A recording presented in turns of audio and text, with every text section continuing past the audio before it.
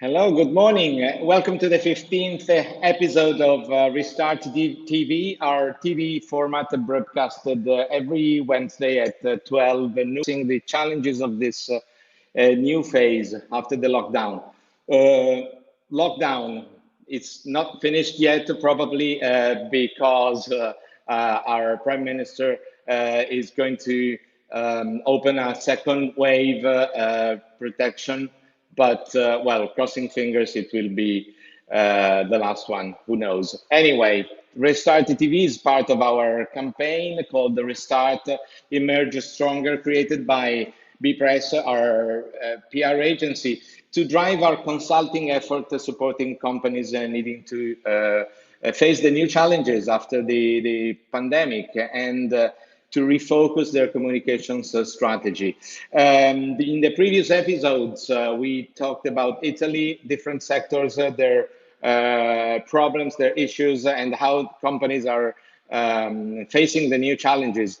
This time, we wanted to expand our view angle and embrace a European perspective. And this is, and we're doing this with the help of three Worldcom partners. Worldcom is our network, the global alliance of PR agencies across the world, one of the main independent networks on the market, and I'm going to introduce them immediately. Welcome to Rodri Harris, Managing Director of Kaizo in the UK from London. Hi, Rodri. Hi, how you doing? Thank you for coming. Happy to see you. And then welcome to Corinna Voss from Managing Director of HBI in Munich, Germany. Hi, Corinna. Welcome. Hi. Thanks for having me. And also welcome to Patrick Milo from Managing Partner of Grip from Zurich, Switzerland. Hi, Patrick. Hello, Diego. Hello. Thank you for having me. So thank you, everyone, for joining us for this 30 minutes window on the world, on the PR world. And basically, we invited you because we wanted to, as I said, expanding our views and also know how it's going on your markets. Obviously, the pandemic has hit our countries and it is changing many aspects of the society. We are quite fortunate as being a PR agencies able to work from remote, but many of our clients have been hit dramatically by the pandemic, and this has changed a lot. It has blocked the supply chain. It has blocked the distribution retail chains, and it has undermined the certainty, which is probably the worst effect. Check how you changed your habits during the pandemic and how this will become permanent as a change. So in the last months, many things have changed, and we would like to talk exactly about this with our partners because we are curious to see how's going in other markets. So the first question I'll throw on the table, and Roger will start with that, is since this pandemic is not the first in the human history, but probably it's the first in the connected era. And how this has changed the behavior of companies and consumers in your market, in the UK, for instance, and what direction brands should they take, in your view, to overcome this? Rodri. Oh, thanks, Diego. Thanks for being here.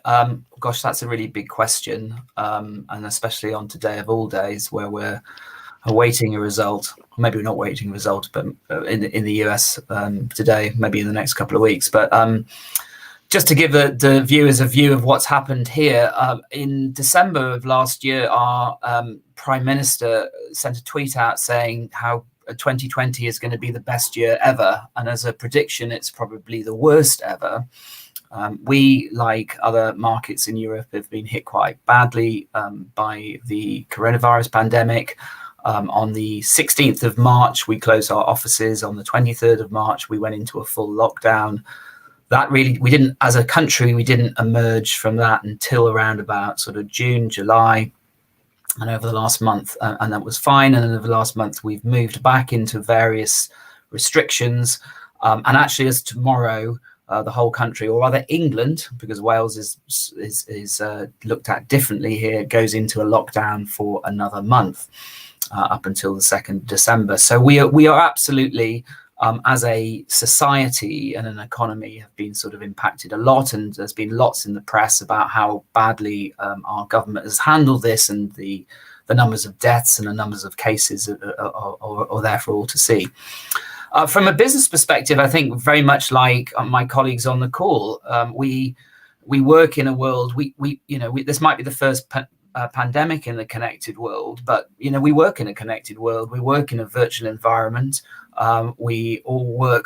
I mean, I think you said work from home. We work from anywhere, and the technology allows us to do this. And quite frankly, many of our clients we've always worked remotely with anyway. Many of the clients are in the west coast of America, or in the Gulf, or some other in mainland Europe, some in the Far East. And in a funny sort of way, during the last 6 months, we've become closer with them because we've been communicating with them in exactly the same way we commute with our teams. We have had the office open at various stages for people to go in and work. And that has created a little bit of a cultural piece, which obviously is missing slightly from virtual working. But the ability for us to work with clients, service clients, come up with creative campaigns, give that advice on the hoof. I mean, that's been the same as it was if we were all collective in our office in central London. And clients have probably felt the same. The impact on clients is really going to be down to the sector they're in. I mean, obviously, all clients have felt this in some way because they're either affected directly or indirectly, whether it's a supply chain or a customer base or an employee base. They're all going through the same forms of issues. Our clients are predominantly in technology and health, and those are probably better protected sectors than others. But obviously, some in the consumer technology sector have had issues with, well, as you mentioned, supply and manufacturing back in January in China. So, they've all had their own different issues and different activities. But I think maybe the sectors were in a slightly better protected than others. I think obviously the hospitality industry here, the travel industry, the property industry, the retail industry, as opposed to e-tail, have all suffered drastically. But I think, clients we've been in that, we need to get on. We need to look and to continue to show the impact that PR and communications can have on the business, but more crucial than ever before.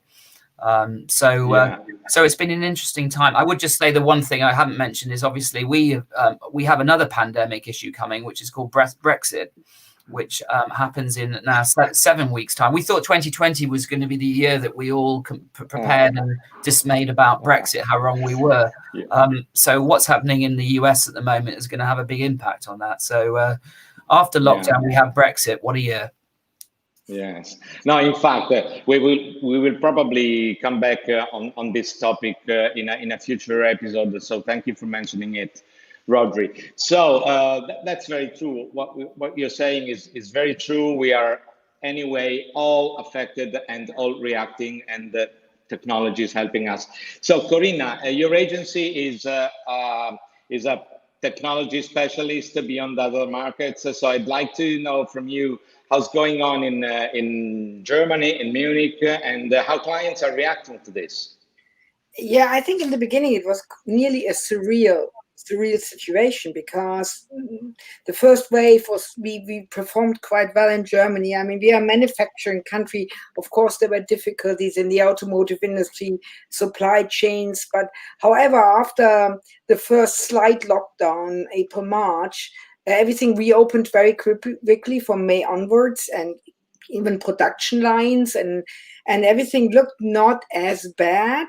But I think it was a bit of a fake situation. The numbers have gone up again, and we are in what they call lockdown light at the moment. So we still can go to work, we can still go shopping, everything, but we cannot have any restaurants, bars, and so on. So let's wait how that develops. I think what the major or the best attitude is to understand that this is not going to be over in a day. And also what we saw in the interaction of our clients with our clients in communication is there's a positive side to it. I know it's bad to say that, but there is one. And what I see is that the German digitalization, the transformation, we're all talking for years about, and nothing happened because Germans, they tried to stay with what's established and comfortable. This has really been driven by this corona crisis. I mean, companies suddenly had to switch from very traditional attitudes to going and working differently with their teams. And that's the same. I mean, we've been in digital, we've been in innovation, but I can see we've actually hired new people the last half year, 5 people. And the onboarding process, how we worked with these guys has completely changed. I think that's similar to our clients. As Rodri outlined, we've always been working with the US, with China, with Spain, Italy, with you guys. But the way how we interact, the empathy, how we talk to each other, this has changed. And I think it might be something that is good, and we have to see the good side of it. And it is something that will stay after the corona crisis, and it'll make us more resilient. Yes, in fact, what we noticed is that in Italy, but in other countries is the same. Many things have happened in a very short time frame. And this acceleration, this push from outside, from external, because of external reasons, has caught everybody unprepared at the beginning. And then we reacted all together in a very positive way, including the changes. So you're very right, Corinna. So Patrick, I'd like to throw on the table the same question to you. How is going in Switzerland, our neighbors, and what is your clients' reaction to the pandemic at the time being? Yeah, thank you very much. Yeah, first of all, I think it's exactly a little bit the same situation, especially as in Germany. We have the lockdowns are not as hard as probably in other countries there. But we have a fundamental change here as well in society, because we've never had that in Switzerland. We are very spoiled. We have never been in a war. We never had, despite the financial crisis or economical crisis, we've never had such crisis. So it's the first time we talk about food shortage, restricted hours, medical shortages, kind of unemployment issues. So that changes the behavior and the society very, very much, which we feel as well in communication. Another aspect to it is that suddenly people knows our politicians and the young ones, because so far we never had to, because we always trusted it. There is this feudalism system where it's based on consensus. So there was no really need to have to get into that. And this has now changed with this pandemic, where politics is where the president is taking actions and he's saying, these are the measurements that we have to take on. On the positive side, what we see in Switzerland not being very emotional as well, is that solidarity has changed, increased remarkably. So we are moving closer together. Solidarity plays an even bigger role. We are more emotional than in the old normal, I would say. And if I could say, like, what we see with our clients are probably 3 main trends. And one is the deglobalization, or let's call it localism. We see the digitalization, of course, which has an impact on mobility. And one part is the insecurity of the population in regards of their future. So what we realize a little bit is that we have entered a no-nonsense area where like trust, transparency, and humanity, they move into the center, which impacts communication a lot. Yes. No, in fact, you are very right, because we are experiencing exactly the same here for localization, or, well, the opposite of globalization. I think we've noticed exactly the same in Italy as well. And in fact, you said transparency. You're touching deep values, and this allows me to go to the next question, the second question, which is about reputation. A report I've seen the other day, Provoke report, the Influence 100, said that reputation will drive communications investments in 2021. And probably it's true, because we are seeing this. Companies that have invested a lot in the past or recent years in reputation, in connecting deeply with their consumers, are the ones who probably will emerge first. So the question is, which priorities do you see for companies willing to leverage on reputation to face the current and the future challenges, and how PR consultancies can support this in talking to their clients, regaining the confidence, reconnect with the audiences? These are the challenges. Who wants to reply? Rodri, can we start from you again? Such a big question again. I guess the last, well, we know November, last 10 months have been the most time for introspection, more than any other time. We've all been sitting at home in the UK and thinking about what matters. And, you know, the things that matter more now than they've ever mattered before, whether that's around how a company treats the environment, or how a company treats its people, or its perspective on different races and different ethnicities and diversity, and its perspective on, you know, what else it's doing for the local community. I think all of these things matter 1,000 times more than they probably did 10, 11 months ago to many people, because we've had more time to think, and more time to think about the implications for what companies do, and broader on society. I think Patrick said about this feeling of more community that's been feeling in different countries, and we've definitely felt that in the UK as well.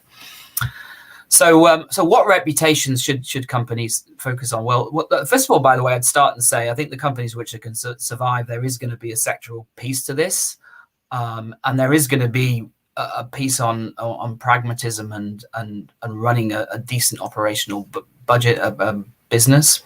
So there will be businesses who've invested in reputation in the past who will fail because their business was all about, I guess it was a sort of on a thin layer of veneer without a sort of proper business behind it. So I think there will be a sectoral piece.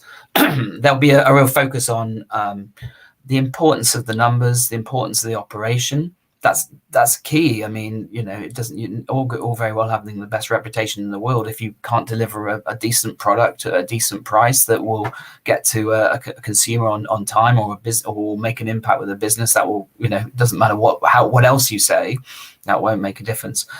But I do think that, you know, we will become more attuned into, and we already are, into businesses who we just don't want to work with, or we just don't want to buy from. Those that treat their employees wrong, those that use slave labor, those that sort of don't think about the environment first, but more think about it from a regulatory perspective, those that don't have a diverse workforce. All of these things will matter a lot more. And if we've got the choice between two products or two businesses, we are going to buy from that one which we feel more attuned with, more empathy with, and that's for sure. So from a reputation perspective, where should we be focusing? Well, I think we've got to look at reputation second, what you're actually doing first. You know, what is the business doing from what is it with its employees? What are the areas that they are actually making a difference? And then think about, okay, how does that work from the communications? I think the big challenge, or the big mistake, or probably driven by PR companies over the years, is trying to think about a reputation campaign without thinking about what the business is actually doing.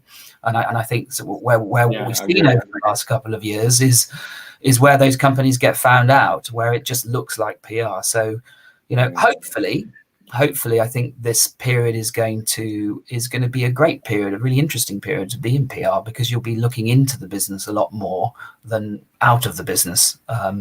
So what are the areas? I don't know the areas. They will be in those areas where I've described, and it will be different for each businesses. But if you have a bad reputation, you will fail. I mean, that's Yes. No, in fact, I think reputation is something you don't improvise, and it's a long trail if you start now. But as you said, it's a fantastic opportunity to do it now. Now it's the time, and if you're not investing enough, go and invest more, because this will really matter in the relationship with your stakeholders. No, I agree with you, Roger. Corina, moving on to your market, the same question.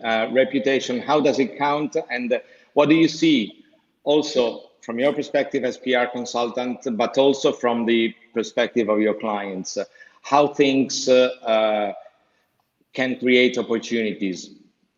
Yeah, I think we already saw a pre-corona trend that consumers got more and more informed. I mean, people were trying to get more informed about, where do my clothing come from? How sustainable is a model? How sustainable is a company? Diversity, Rodri mentioned it. And this has been a trend that's been enforced by corona.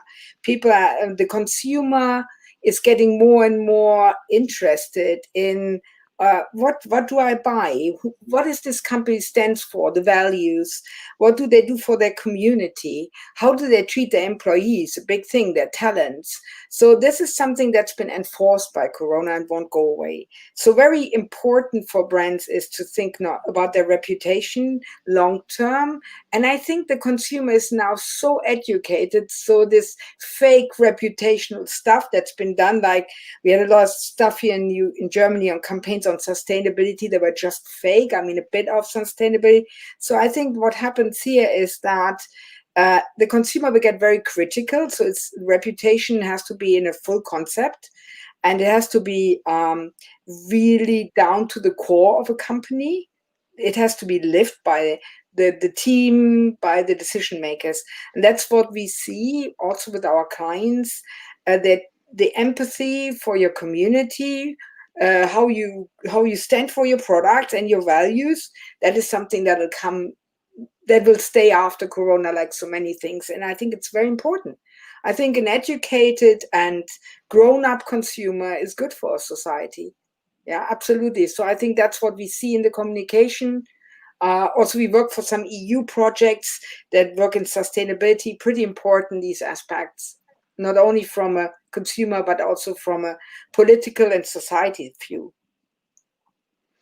Yes, and in fact, if you think that the list of priority has changed, people now give more credit to what it stays on top, and on top probably you'll find more true values than before, and so this is a true consequence of the situation, because we didn't have the time in the past to stop and think. Now, lockdown, all the obligations for the social distancing make you think much more twice about what you're doing, and so the impulse purchasing is definitely affected by that.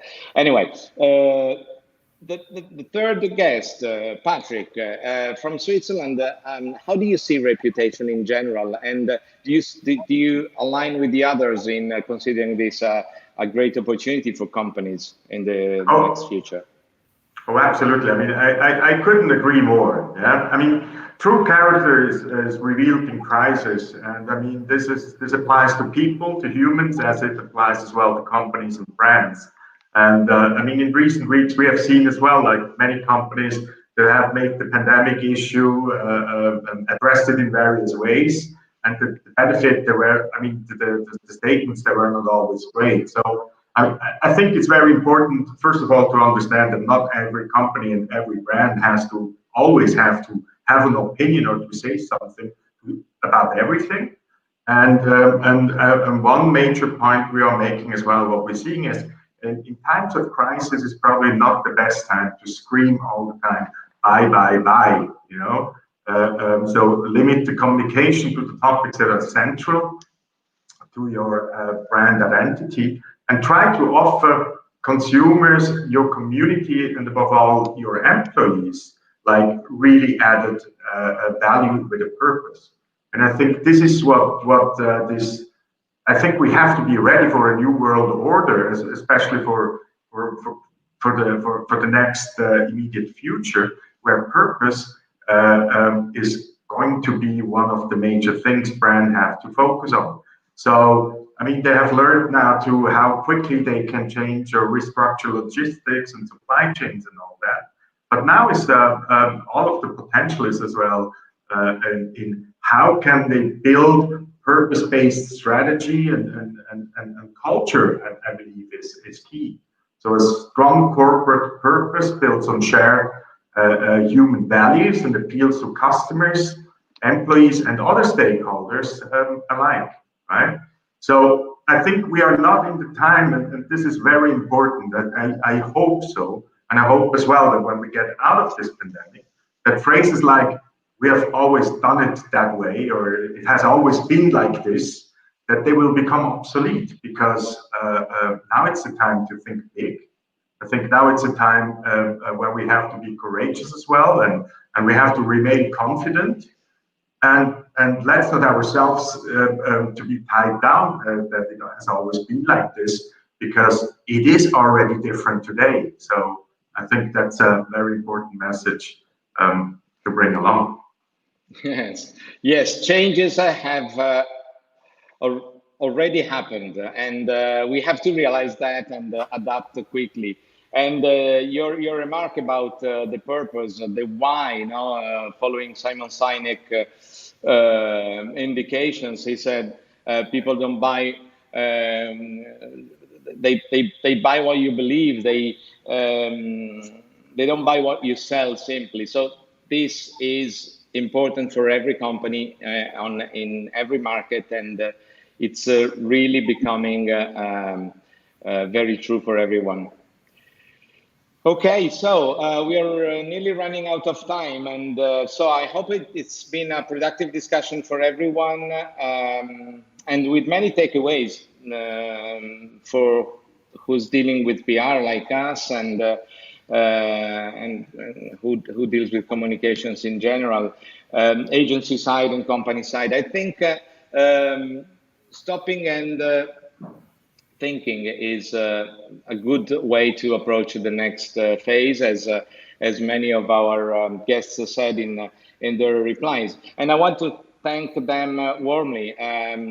Our guests, Rodri from Kaiser in the UK, Corinna from HBI in Munich, and Patrick from Zurich.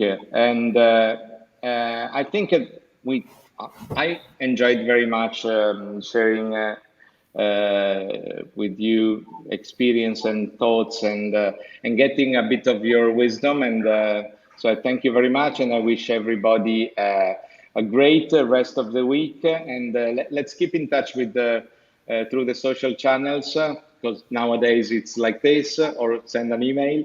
And for the others, let's meet again next Wednesday at 12 noon on Restart TV with a new topic and new guests. Thank you very much. Have a nice week.